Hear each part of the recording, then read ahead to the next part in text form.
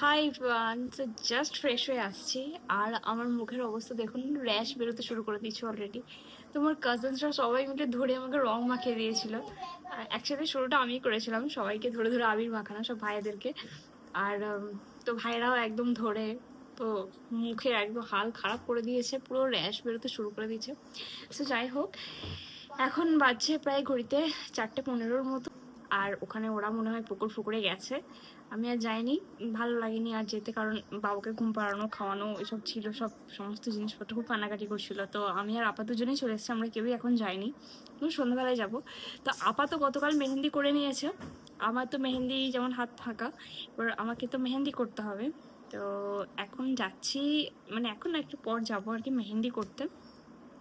তো এরা মেহেন্দি করে দেবে বলেছে, তারপর দেখা যাক কি হয়। কালকে মনকে যে করে দিয়েছিল মেহেন্দি, ওকেও বলবো মেহেন্দি করে দেওয়ার জন্য, দেখা যাক কি হয়। ইচ্ছাটা আছে সুন্দরভাবে দুটো হাত মেহেন্দি করবো। তো ঠিক আছে, চলুন মেহেন্দি করে আসি। না, ভালো লাগছে।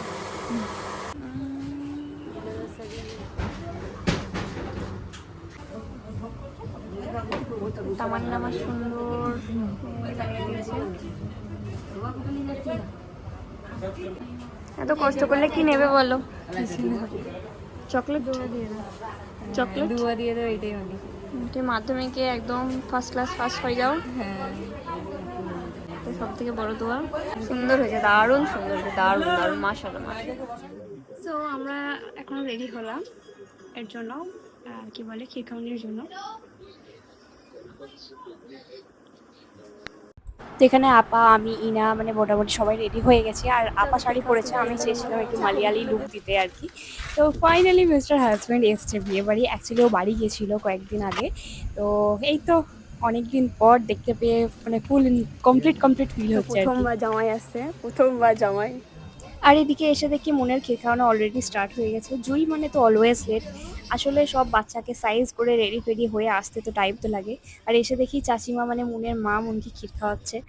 আর এদিকে মার্শাল্লাহ মুনকে এত সুন্দর লাগছিল। আর এটা হচ্ছে ফুল আইটেম ছিল ডেকোরেশন।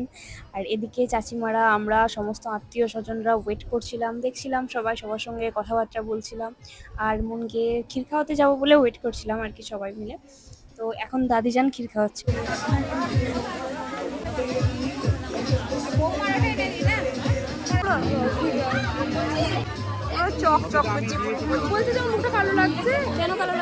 যখনই আমরা 3 বোন একসঙ্গে হই, মানে স্টার বোন আর আমি, তখনই আমরা সাজগোজ, ড্রেস আপ, ছবি তোলা, একটু ফ্লন্ট করা, এগুলো নিয়েই ব্যস্ত থাকি আর কি। আর এদিকে আমার বেবি এসছে আব্বু মায়ের সঙ্গে, ওকে বাড়িতে রেখে এসেছিলাম, তো আব্বু ওকেও নিয়ে এসছে দেখছি। নানাদের কাছ থেকে নামবে না, ওরে বাবা, এই নানাদের কাছ থেকে নামবে না, আমার কোলে আসবে না।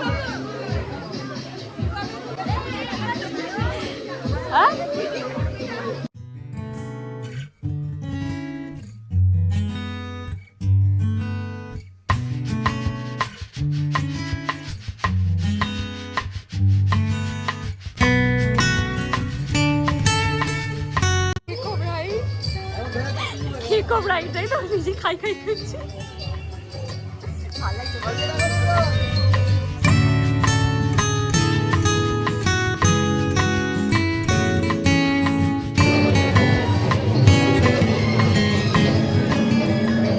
অনেকক্ষণ গল্প গুজলা করার পর ফাইনালি আপাদের টার্ন আসছে ক্ষীর খাওয়ানোর। তো এখন সব পরিবারে সবাই মিলে উঠে যাচ্ছে আর কি ক্ষীর খাওয়ানোর জন্য।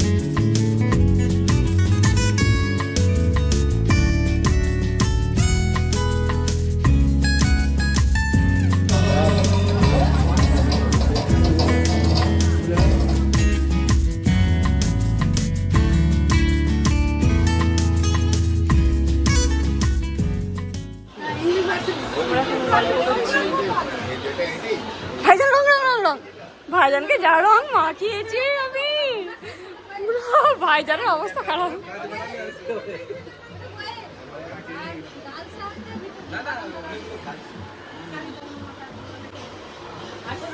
সবই ফাঁকা ছিল, ভিডিও পয়েন্ট এসিএম এর সব ফাঁকা ছিল, আমি তো বাড়ির পাশে নিয়ে দিয়েছি। বসে আছি।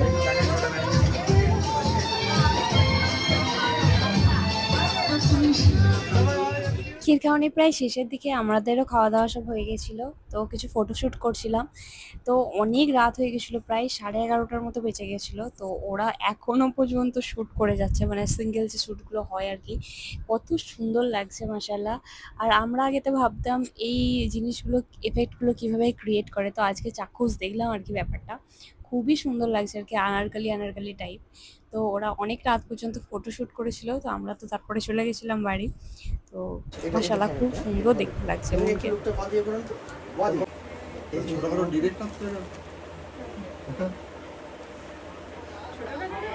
পুরো আনারকলি লাগছে রে, আনারকলি।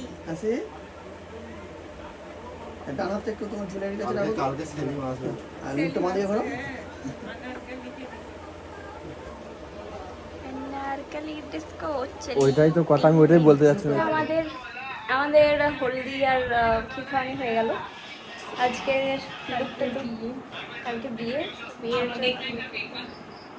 এটা তো আজকের লুক ছিল।